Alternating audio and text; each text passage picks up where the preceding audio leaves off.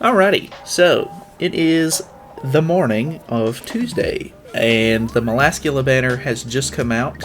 We'll look at it right here. The question is, should you pull or should you pass on this banner? So this is pretty much going to be a big skip, and the reason why is because these two units are. So the blue unit is not very good in of itself. Like, she's just not nearly as good as the red unit, and even then, the red unit really is sort of like a gimmick unit for PvP. Like, she's okay, but she's still not that great, and the only reason that you would kind of use her is because of her unique ability, which lets it says fixes HP at 1 for 3 turns when an ally hero is defeated. Limit once, effect removed upon hero death, applies when entering battle. So the whole thing here is that you would use her to kind of prolong the match. So if one of your allies dies, instead of actually dying, they would just be set to 1 HP for 3 turns. And the only way to get rid of that is he would have to purge the buff on them and then attack them, I would assume, or you would have to get rid of Melascula to get rid of the buff, which wouldn't really be that hard, because the thing is like, she's only good for PvP. Like, that's just kind of the thing, is because her commandment on, like, I mean, her commandment is the same for both units. They're both very PvP based commandments, and the thing is, the red one is the only one that's the red one is definitely the better one and the one that you would use, because she has more synergy with her actual like commandment and everything.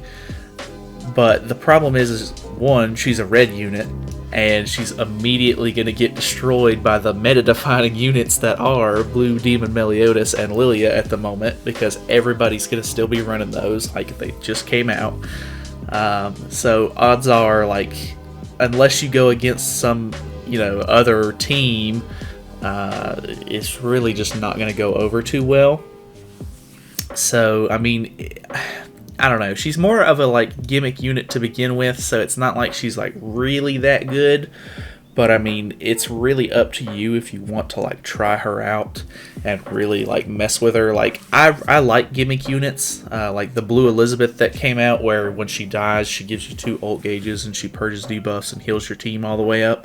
I really like that unit, but the problem is like with this game being the global edition and it's behind like the JP edition, people who like already watch content and stuff like that for this game, they pretty much know what these characters do. And the problem with that is that like they'll understand that all you have to do is kill Melascula to get rid of the buff, and make it to where her unique isn't going to go off and stuff like that. So it's just one of those things, like you can't really get around that. Like, I mean, the only way that you're gonna end up getting this to like work efficiently is like, just taunting or doing some sort of like, evasive maneuver, I guess, to make sure that they don't kill Melascula. Like, you're gonna have to really build like some sort of like interesting team to go with her, I would think.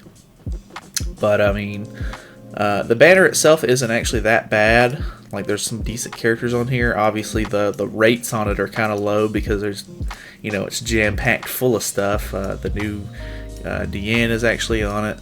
The gimmick, Elizabeth is actually on here, which is kind of funny. Demon Meliodas is on here, which is kind of cool. But another thing is that Melascula of Faith, which, I mean, they're both Melascula of Faith. The blue Melascula is actually going to be added to Part 2 tickets at some point. And I mean, I know we don't have Part 2 tickets on Global yet, but when they were teasing the reverse stages not too long ago in the dev notes, the rewards on those were Part 2 tickets at the top. I didn't catch it at the time, but a lot of other people did. And so that means that we're probably not too far away from getting Part 2 tickets. So I wouldn't worry about going for the blue one at all, because she's probably the worst of the 2 units. And even then, on JP, Red Melascula ends up becoming a coin shop unit, which this will be the first This will be the first 10 commandment that will be actually added to the coin shop. And if you don't know, on JP, the 10 commandments are actually 10 coins instead of 7, and I would assume that they do that because they have they actually have a whole other passive ability with the commandment that actually goes off.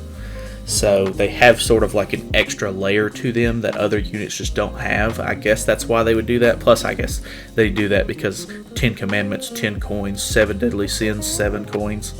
But yeah, I can't really advise summoning on this. I'm not summoning on this. I'm definitely skipping on this just because there's going to be means in the future to get these units pretty easily.